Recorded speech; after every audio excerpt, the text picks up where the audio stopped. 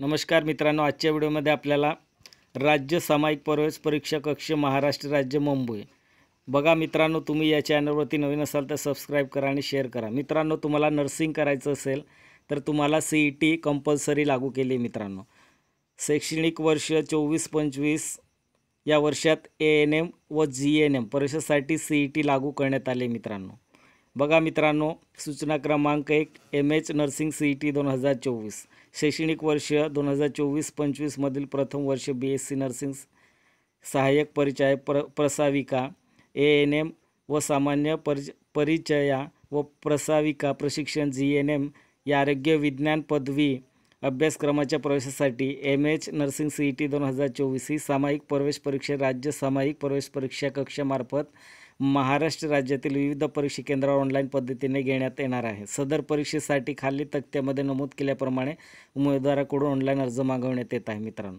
बघा मित्रांनो, तपशील बघा या टेबलमध्ये बघा, तुम्ही ऑनलाईन नोंदणी व नोंदणी अर्ज निश्चित करणे।